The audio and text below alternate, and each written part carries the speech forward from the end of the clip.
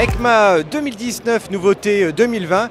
Mais en fait, ce pneu Michelin ici est une vraie nouveauté 2019 puisque Michelin a proposé ici un concept de pneu du futur, un pneu sans air, ça c'est important. Et c'est surtout un pneu qui peut être reconstitué au fur et à mesure grâce à l'impression 3D. Et je vous invite notamment à voir la vidéo qui montre la description de ce modèle sur le repère des motards. Il faut remonter un tout petit peu parce que la nouveauté date en fait du milieu d'année. Mais on n'est pas ici à EICMA pour vous parler de ce pneu sans air qui représente effectivement le futur du pneu auto et pas du pneu moto pour Michelin.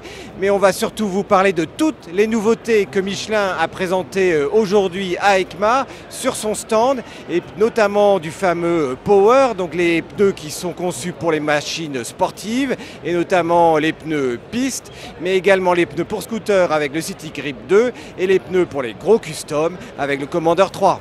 La nouveauté pour la piste, et on voit derrière effectivement c'est une S1000 RR qui est présentée, et bien c'est le Power. Mais le Power ici chez Michelin, en fait il se décline en 4 modèles cette année. Il se décline d'abord avec le Power 5 qui est vraiment le pneu pour la route, mais pour les machines sportives, et toujours avec un composé, avec un mélange de silice et puis avec le fameux composé 2CT et 2CT+, pour Michelin. Ce pneumatique se destine vraiment à ceux qui utilisent beaucoup leurs sportifs sur route.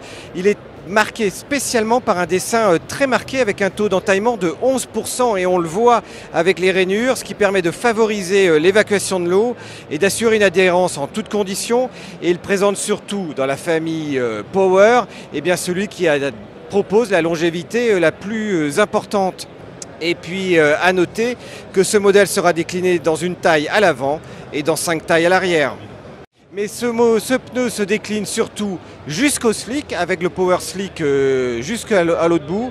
Et puis il va passer dans différentes phases, c'est-à-dire un pneu qui va aller vraiment de la route totalement homologué pour la route, jusqu'à un pneu fait pour la piste mais homologué pour la route, et puis en dernier le pneu slick qui est naturellement uniquement homologué pour la piste et pas pour la route. Et une fois donc qu'on traverse, on passe après au Power GP. C'est un pneu qui est adapté pour faire un peu de roulage sur circuit. Et bien on note que son taux d'entaillement est nettement inférieur au Power 5 et puis qu'il a des zones slick sur les flancs, et c'est ces zones slick sur les flancs qui permettent de procurer plus d'adhérence sur l'angle. Ce modèle, quant à lui, sera décliné dans une taille à l'avant et 3 tailles à l'arrière, donc un petit peu moins de taille que le Power 5 qui lui est disponible dans 5 tailles à l'arrière. Du Power GP, on va passer au Power Cup 2 qui est donc spécial pour la piste mais encore homologué pour la route, donc on peut malgré tout rouler un petit peu sur route avec. Il est donc plus rapide, plus efficace pour aller chasser le chrono, mais il est suffisamment endurant pour des longues sessions de roulage. Donc on n'est pas lié à juste quelques tours, mais on peut vraiment faire de longues sessions de roulage et un gros stage piste. Et on note que le taux d'entaillement par rapport au Power GP est encore plus faible et que la partie sur les flancs est encore plus lisse, plus proche d'un slick. Ce qui explique qu'on arrive ici sur un taux d'entaillement réduit à 4% sur l'avant, sur le mélange 2CT, et à 5% à l'arrière sur le DCT+. Les flancs sont donc encore plus lisses que sur le Power GP, et ces flancs sont encore et également pourvus de la fameuse Premium Touch Technology. Et à noter que, comme le Power GP, ce Power Cup 2 est décliné dans une taille à l'avant et 3 tailles à l'arrière. Et puis en dernier, le pneu que l'on va uniquement utiliser pour faire des sessions de piste, le Power Slick 2. Ce Power Slick 2 est vraiment le pneu piste puisque celui-ci n'est pas du tout homologué pour aller rouler sur la route. Là on a un vrai slick qui repose également sur le composé 2CT à l'avant et 2CT+ à l'arrière, de la même manière que la gamme Power de façon générique, et lui aussi intègre la première touch technologie sur les flancs. Mais à noter que lui, par contre, par rapport aux autres, est décliné également dans une taille pour l'avant, mais uniquement dans 2 tailles à l'arrière.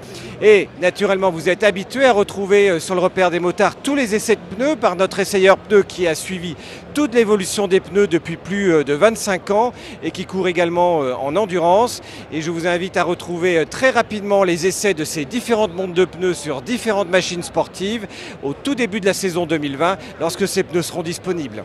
La Power Experience est vraiment des pneus faits pour la piste, enfin, ou en tout cas pour les sportives et qui vont jusqu'à la piste.